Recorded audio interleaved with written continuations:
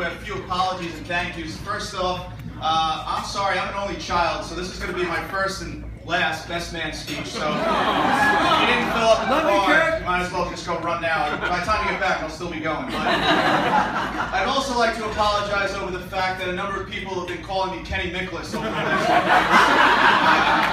Kenny Nicholas is sitting at table 9 over here, so Kenny, you can stand up. All right. Kenny! After a while, I just said, yeah, I'm Kenny Nicholas. But in all seriousness, a bunch of thank yous. First and foremost, Mr. and Mrs. Nalaskowski and Mr. and Mrs. Nicholas. This is a beautiful venue. I couldn't think of a better place to give a speech on this grand stage here. And I'd also like to thank Sam, who gave Steve permission to allow me to speak.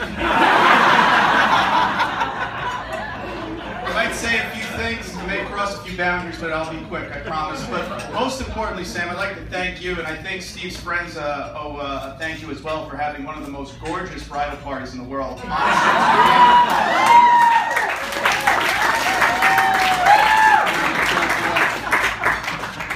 When Steve asked me to be his best man in any fashion that Steve could do, he called me at 1 o'clock in the morning, FaceTiming, piss drunk, hammered at a wedding. And he said, well, you do... For all of you who went to Kellenberg and went to Delaware, you know after Steve has a few drinks, he tends to slur his words a little bit. I didn't know if he was asking me to be his best man or he was trying to reinforce the idea that I was his best friend. But in typical Steve fashion, the next day, no phone call. I didn't get a phone call for 4 months. So I've been writing this speech. I stopped. I asked Danny and Kenny, did Steve say anything about being the best man? And it actually wasn't until the rehearsal dinner on Thursday that Steve asked me if I had a speech ready. Thank you,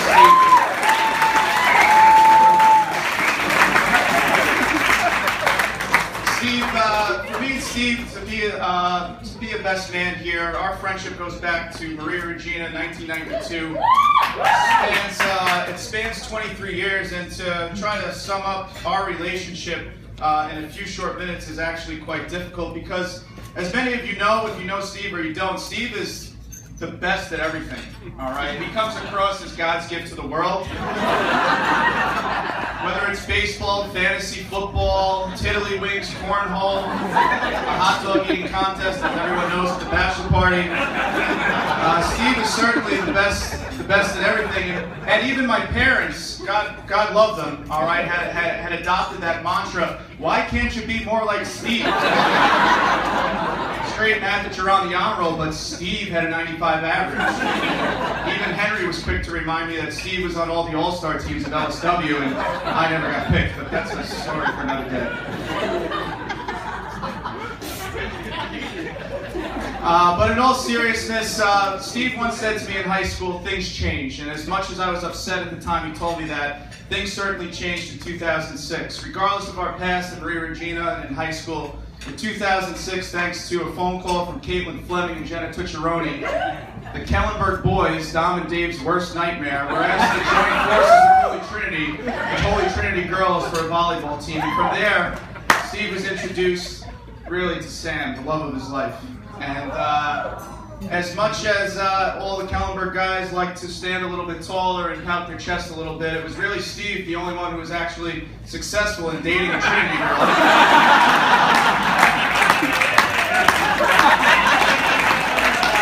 Sorry, actually, I tried quite a bit.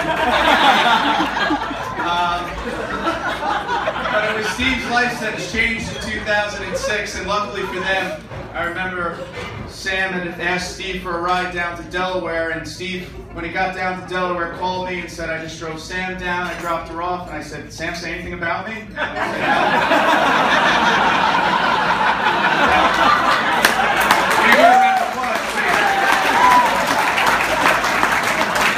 said, It was at that point that I figured that Steve and Sam were meant to be together.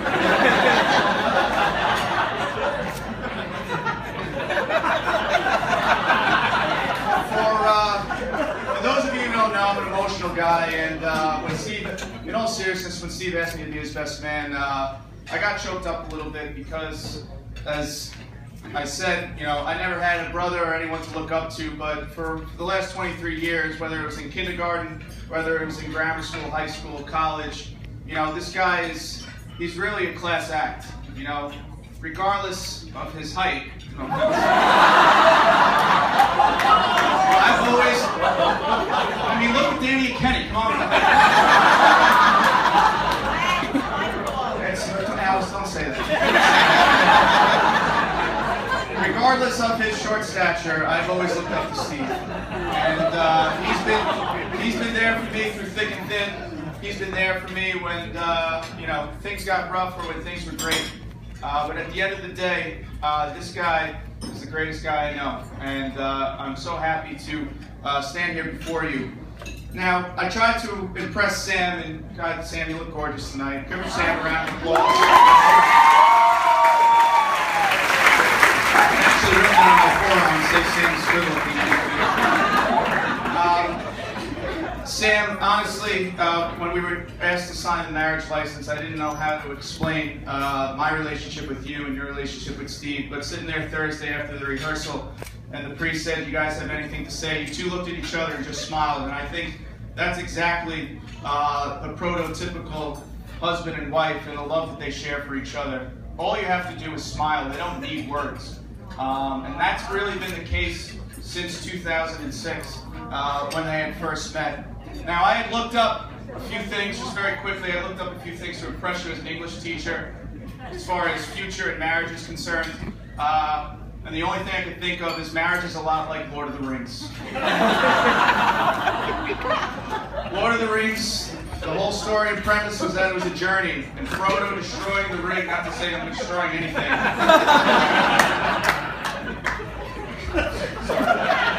The whole premise was the idea that it is a journey together. There are ups and downs and trials and tribulations, and for me, Steve, a short hobbit, hairy feet,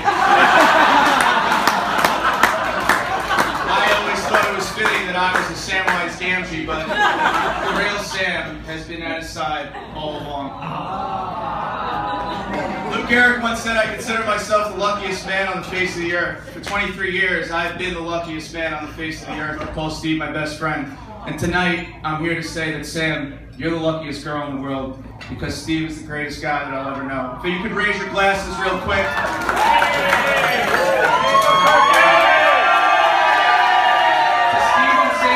Lifelong life filled with happiness, children, Lithuanian and Polish children, God bless.